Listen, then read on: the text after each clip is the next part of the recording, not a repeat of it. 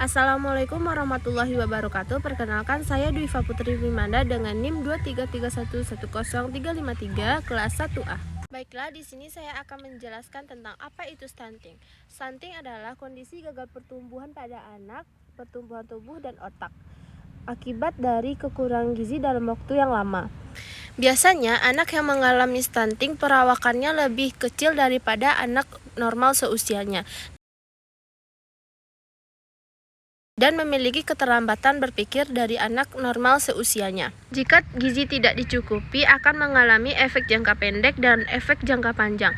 Efek jangka pendek yang pertama yaitu keterlambatan dalam perkembangan, penurunan fungsi kekebalan, dan perkembangan otak yang tidak maksimal. Efek jangka panjang yaitu anak bisa mengalami obesitas, hipertensi, jantung koroner, dan juga osteoporosis. Dampak stunting umumnya terjadi yaitu disebabkan kekurangan gizi pada anak pada 1000 hari pertama dihitung dari janin hingga anak berusia 2 tahun. Permasalahan stunting ini terjadi pada anak di dalam kandungan dan akan bisa terlihat jika anak sudah menginjak usia 2 tahun.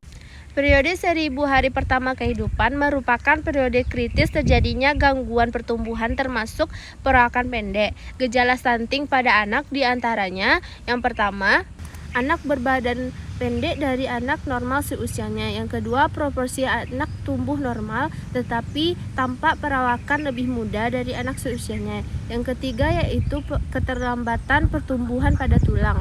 Antisipasi stunting pada anak, yang pertama dengan cara yaitu ibu hamil harus rutin memeriksakan kandungannya. Yang kedua, menghindari asap rokok, dan yang ketiga memenuhi nutrisi yang mengandung zat besi, asam folat, dan yodium yang cukup.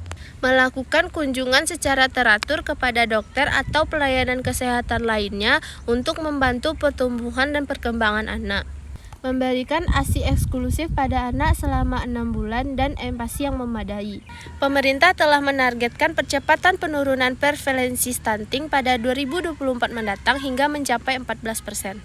Untuk itu, kita sebagai anak muda harus mempersiapkan usia, finansial, mental agar keturunan kita nanti tidak mengalami stunting. Yang kedua, saya akan menjelaskan tentang HIV dan AIDS. HIV itu kepanjangan dari Human Immunodeficiency Virus, yaitu virus yang menyerang sistem kekebalan tubuh manusia dan dapat melemahkan kemampuan tubuh melawan infeksi dan penyakit. Yang kedua, AIDS, yaitu Acquired Immunodeficiency Syndrome, yaitu kondisi di mana HIV sudah dapat tahap infeksi akhir. Ketika seorang sudah mengalami AIDS, tubuh tidak lagi memiliki kemampuan untuk melawan infeksi yang ditimbulkan. Dengan menjalani pengobatan tertentu, pengidap HIV bisa memperlambat perkembangan penyakit ini, sehingga pengidap HIV bisa menjalani hidup dengan normal. Penyebab HIV dan AIDS yaitu hubungan intim yang tidak dengan pasangan dan berganti-gantian.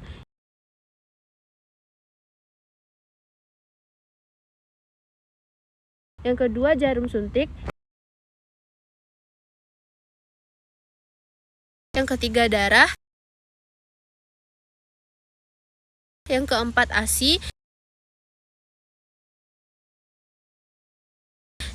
Seorang ibu yang mengalami HIV akan menularkan HIV tersebut kepada anaknya melalui ASI.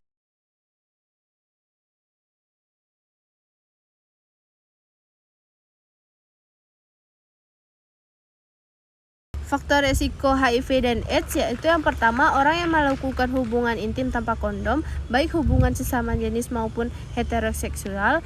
Yang kedua, mereka yang sering memiliki tato atau melakukan tindik.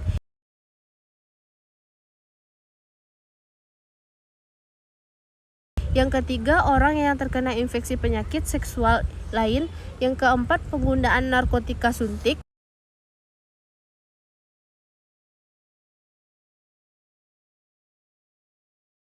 Yang kelima, orang yang berhubungan intim dengan penggunaan narkotika suntik. Pengobatan HIV dan AIDS yaitu belum ada obat yang bisa menyembuhkan penyakit HIV dan AIDS secara total, tetapi ada obat yang bisa memperlambat perkembangan virus yaitu antiretroviral atau ARV. ARV bekerja dengan menghilangkan unsur yang virus HIV butuhkan, menggandakan diri dan mencegah virus HIV menghancurkan CD4. Selama mengonsumsi ARV, dokter akan memonitor jumlah virus CD4 untuk menilai respon pengidap terhadap pengobatan. Hitung sel CD4 bisa dilakukan dalam tiap 3-6 bulan, sedangkan pemeriksaan HIV RNA dilakukan sejak awal pengobatan lalu dilanjutkan 3-4 bulan selama masa pengobatan. Agar perkembangan virus dan terkena pengidap harus segera mengonsumsi ARV begitu diagnosis mengidap HIV. Risiko pengidap HIV untuk terserang AIDS akan semakin besar jika pengobatan kamu tunda karena virus akan semakin merusak sistem kekebalan tubuh. Selain itu, penting bagi pengidap untuk mengonsumsi ARV sesuai petunjuk dokter. Konsumsi obat yang terlewat hanya akan membuat virus HIV berkembang lebih cepat dan memperburuk kondisi pengidap.